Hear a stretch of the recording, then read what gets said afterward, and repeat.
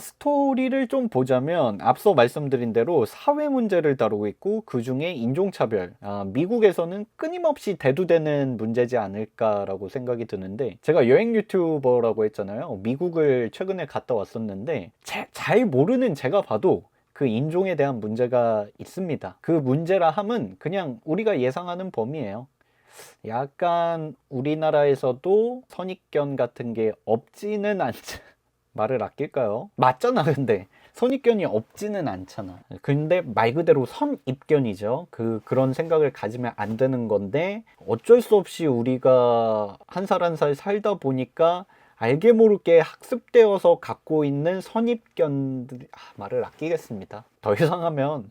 그냥 의견인데요. 하이, 렁인입니다. 영화를 오늘도 한 편 보고 왔고요. 영화에서 등장하는 주인공의 분위기에 맞게 옷을 입어봤습니다.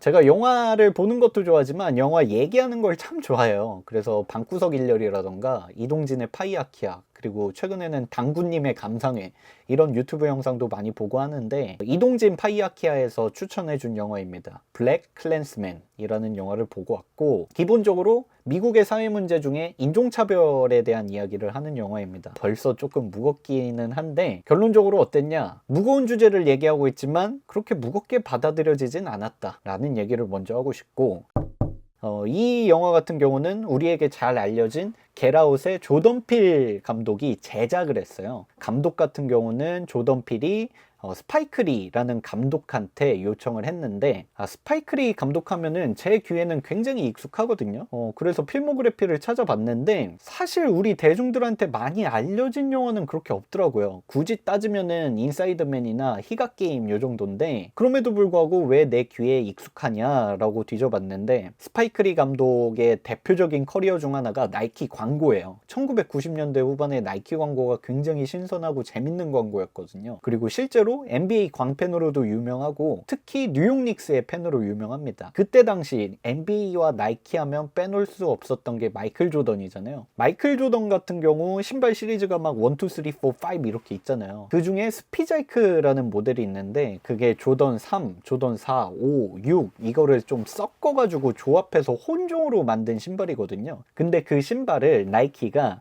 스파이크 리 감독에게 헌정하기 위해서 만든 신발이라고 하더라고요. 이런 모든 것들 때문에 내 귀에 익숙하지 않을까 싶습니다. 그리고 주연은 테넷의 주인공이죠. 존 데이비드 워싱턴, 그리고 아담 드라이버, 스타워즈의 주연이자, 줄거리가 어떻게 되냐면 사회 문제, 인종차별 문제를 다룬 범죄 수사극 정도 돼요. 범죄 수사극이다 보니까 집단들이 등장을 합니다. 일단 KKK라고 그래서 백인 우월주의 집단. 우리는 다 필요 없고 우리가 짱이다, 이런 집단이에요. 그 중에 이제 우리는 흑인을 싫어하고 두 번째로는 유태인을 싫어한다 라는 스탠스를 갖고 있는 집단이고, 반대 세력으로서 대학생 흑인 운동권 집단들이 등장을 합니다. 이 운동권의 회장 역할을 맡은 배우가 스파이더맨 홈커밍에 나왔던 벌처의 딸로 나왔던 배우가 등장을 하고요. 이 두 집단을 중재해주는 역할로 경찰 집단이 등장을 하는데요. 이 경찰 집단의 우리의 주인공 데이비드 워싱턴이 흑인 경찰로서 활약을 하는 내용이다. 어떤 활약을 하느냐? 일단은 그때 당시 상황이 흑인이 공적인 업무를 한다는 건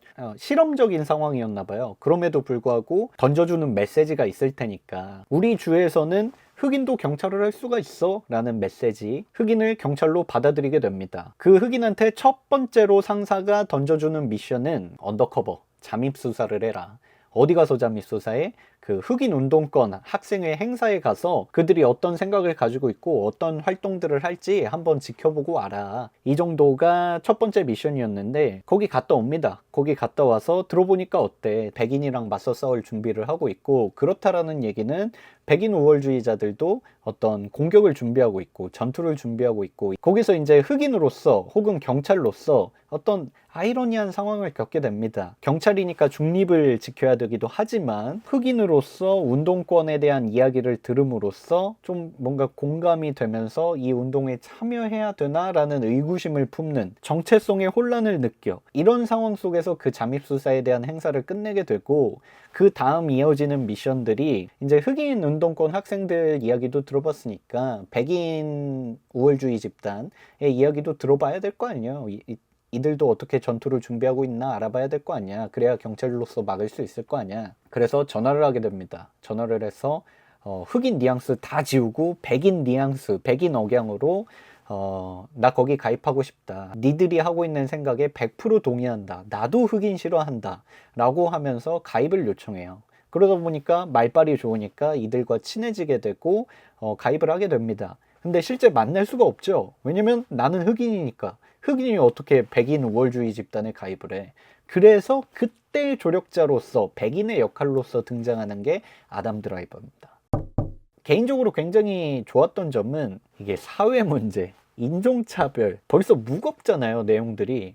잘못 받아들이면 누가 좋다, 누가 잘했다, 이건 누구 잘못이다 라고 치닫을 수 있는 메시지들이란 말이에요. 제가 생각하기에는 이런 무거운 내용들을 흑인 감독, 흑인 연출자가 연출을 하게 되면 좀 가볍게 연출되는 게 있어요. 그 가볍다는 얘기가 실이 없다, 아무 소리나 막 한다, 이런 얘기는 절대 아니고 전달하고 싶은 메시지는 있지만 이걸 조금 편하게 쉽게 풀어준다라는 느낌이 있는 것 같거든요. 그런 영화들 중에 지금 생각나는 건 뭐 우리 동네 이발소에 무슨 일이라는 영화도 있고, 뭐 겟아웃도 약간 그렇게 쉽게 풀어준 영화 같기도 하고, 이 영화도 그렇다는 거죠. 영화 초반에 대놓고 표현하는 문구가 있는데 이 이야기는 존나 싫어지만 조금의 구라를 가지고 있다.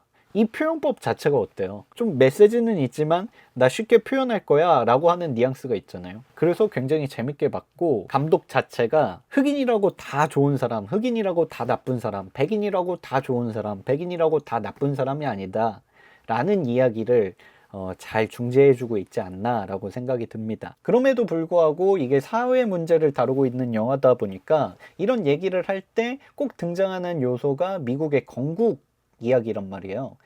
뭐 아바타라는 영화도 그랬고, 조금 딥하게 가면 그랜토리노라는 영화도 그랬고, 제가 무식해서 짧게만 얘기를 해보자면 미국의 건국 이야기가 어때요? 인디언들이 살고 있는 땅을 뺏어서 나라의 부흥을 위해서 값싼 노동력을 흑인 노예제도라는 걸로 끌고 왔고, 그러다 보니까 많은 인종들이 섞여 살면서 크고 작은 전쟁들이 시작됐고, 전쟁들이 시작되다 보니까 정치적 성향, 종교적 성향이 나뉘게 되고, 현대에 들어와서는 미국이 이민자 정책을 펼치면서 더더욱 많은 인종들이 섞여 살기 시작했단 말이에요.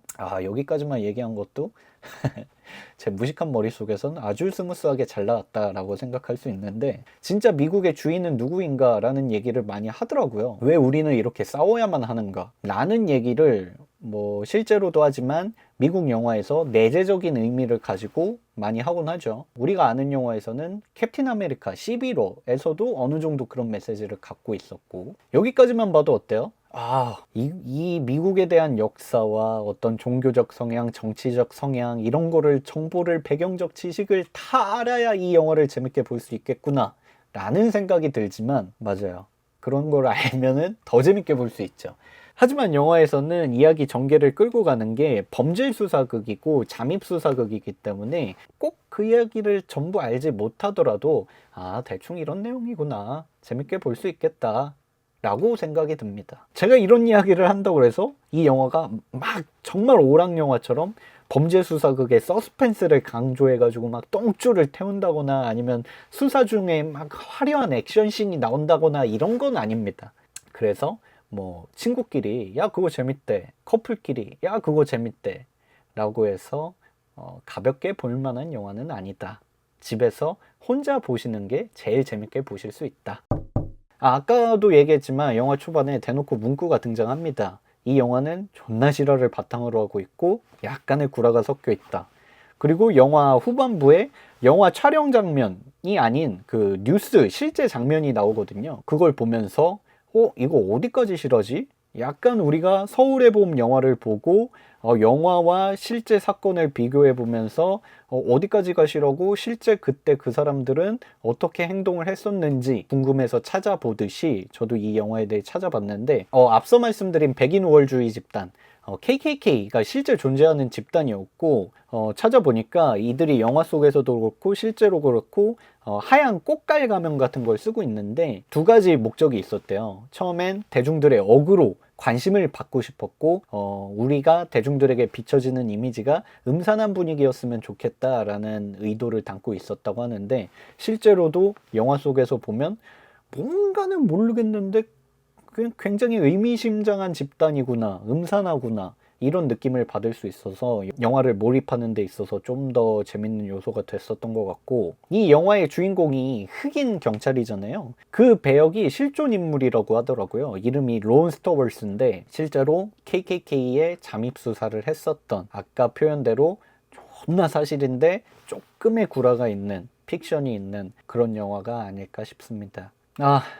별점, 평점을 매겨야 되는데 제가 평점을 매길 때마다 굉장히 쑥스럽고 창피하다고 해야 되나? 그냥 일개 관람객이 제 영상을 보시는 분들에게 좀 대중적으로 다가갈 수 있는 표현법 중 하나다라고 생각해 주시면 좋을 것 같습니다. 그래서 제 평점은 3.5점입니다. 대단한 건 알겠어요. 뭔가 대단해 보여. 100%는 이해할 수 없어. 하지만 대단해 보여. 뭐 그냥 누구나 보기에도 흡입력 있는 장치들이 많은 영화인데, 그럼에도 불구하고 왜 그렇게 높은 점수는 아니냐? 우리가 그 영화가 끝나고 났을 때 기대하는 느낌이 있을 거잖아요. 씁쓸했다, 아니면 생각할 거리를 제공해줬다, 기뻤다, 슬펐다, 무서웠다, 깜짝깜짝 놀랐다, 옛날 생각이 났다, 이런 옵션들 중에 어땠다를 정할 수가 없어요. 왜냐면 저는 지구 반대편에 있는 한국인이기 때문에 이들이 갖고 있는 사회 문제나 인종적인 특징이 갖고 있는 서러움이나 공격성이나 서글픔, 이런 것들을 공감하기가 어렵고, 잘못 공감하게 된다면 어떤 인종이 짱이다, 어떤 인종이 잘못했다, 이렇게 받아들여질 수도 있기 때문에 좀 내 뚝심이 필요한 영화다. 미국에서는 저런 문제가 있구나, 역시 전 세계에는 여러 가지 다양한 문제들이 존재하는구나 정도로 받아들여 주시면 어떨까 싶습니다. 네, 오늘도 평점을 던져놓고 도망가듯 마무리해 보겠습니다. 빠이!